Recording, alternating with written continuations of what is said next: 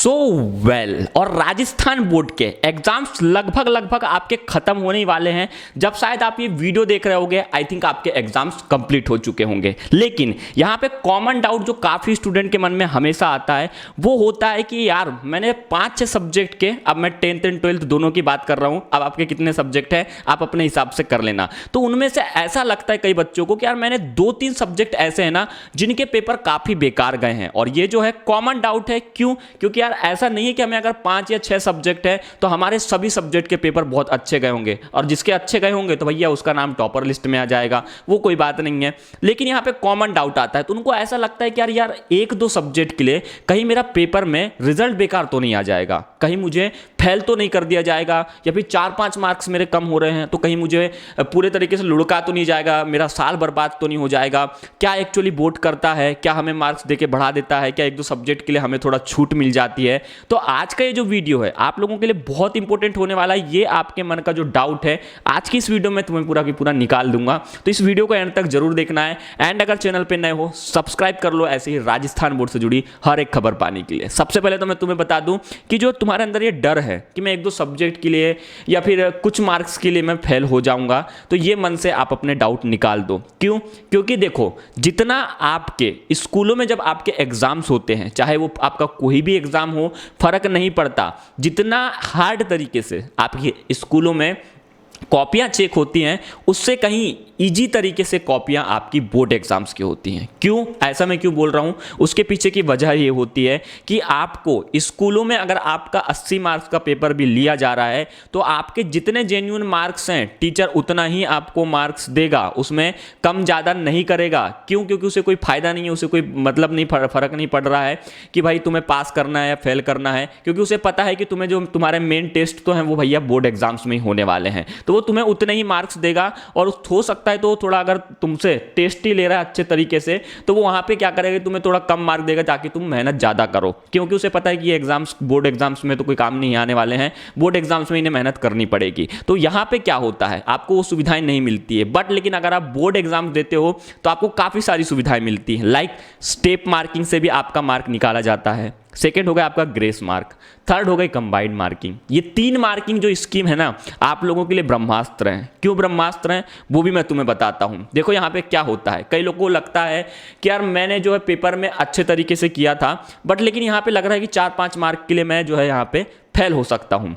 ठीक है, तो इस कंडीशन में क्या होगा, इस कंडीशन में तुम्हारी ग्रेस मार्किंग बहुत ज़्यादा काम आएगी। मेनली बोर्ड बोलता है, हमारा राजस्थान बोर्ड, कि यहाँ पे आप लोगों को 5-5 मार्क करके 3 सब्जेक्ट में ऐसे टोटल 15 मार्क्स दिए जा सकते हैं। अब मान लो कि एक आपका 100 मार्क्स का पेपर है, अब यहाँ पे कई जिसमें प्रैक्टिकल हैं मैं उनकी बात नहीं कर रहा हूँ, कॉमनली तो 80 मार्क्स के पेपर आते हैं, उसके बाद में फिर इंटरनल असेसमेंट, ऐसा टोटल मिला के आपके 100 मार्क्स होते हैं, 35 आपको लाना कंपलसरी है। ठीक है, अब मान लो कि आप भाई अब 35 में से आपने 30 ला लिए, 5 मार्क्स के लिए आपकी गाड़ी अटक रही है, तो वहां पे क्या करेगा कि उस पर्टिकुलर सब्जेक्ट में आपको 5 मार्क्स देके पास कर दिया जाएगा। सेम अगर तुम्हारा किसी और अदर सब्जेक्ट में ये हो रहा है तो उसमें भी आपके साथ में बोर्ड वही करेगा कि आपको 15 मार्क तो टोटल दिए जाते हैं, उसमें से 5 मार्क उस सब्जेक्ट में दे देगा।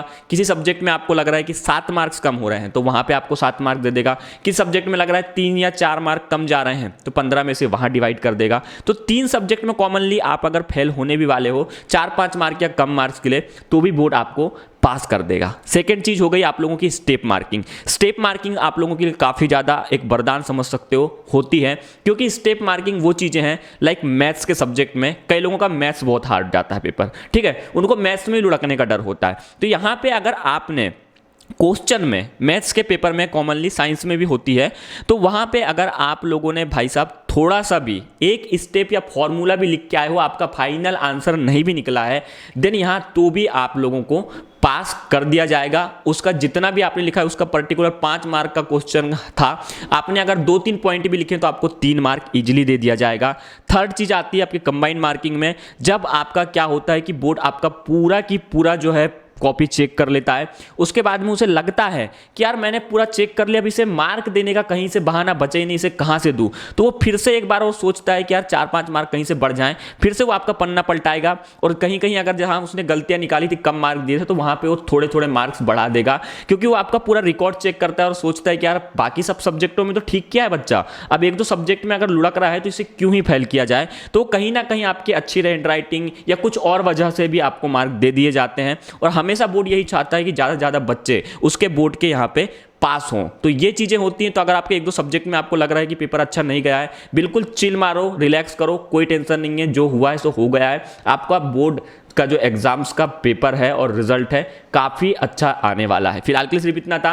एंड अगर ऐसे में आप अपना रिजल्ट चेक करना चाहते हैं तो सिंपली आप एक ऐप को डाउनलोड कर सकते हैं। सिंपली आपको अपने प्ले स्टोर में जाना है, एंड प्ले स्टोर में जाने के बाद में आपको लिख देना है राजस्थान बोर्ड एग्जाम 2023। और जैसे ही आप राजस्थान बोर्ड एग्जाम 2023 लिख दोगे, यहाँ पे आपको जो है एक ऐप मिल जाएगा, उसका लोगो आप देख सकते हैं। उसी लोगो को देख के आपको यहाँ पे ऐप डाउनलोड कर लेना है। एंड डाउनलोड करने के बाद में इंपॉर्टेंट एजुकेशन का एप्लीकेशन होना चाहिए, इस बात का भी आपको ध्यान रखना है। और थर्ड चीज़, आप लोगों को यहाँ पर रेटिंग दे देना है। रेटिंग देने के बाद में जैसे ही आप इस ऐप को ओपन करने के लिए जाओगे तो आपको ये जो है आपका रिजल्ट शो कर देगा। सिंपली इसकी लिंक डिस्क्रिप्शन में है, वहाँ से जाकर आप इस ऐप को डाउनलोड कर सकते हो। बस फिलहाल के लिए सिर्फ इतना।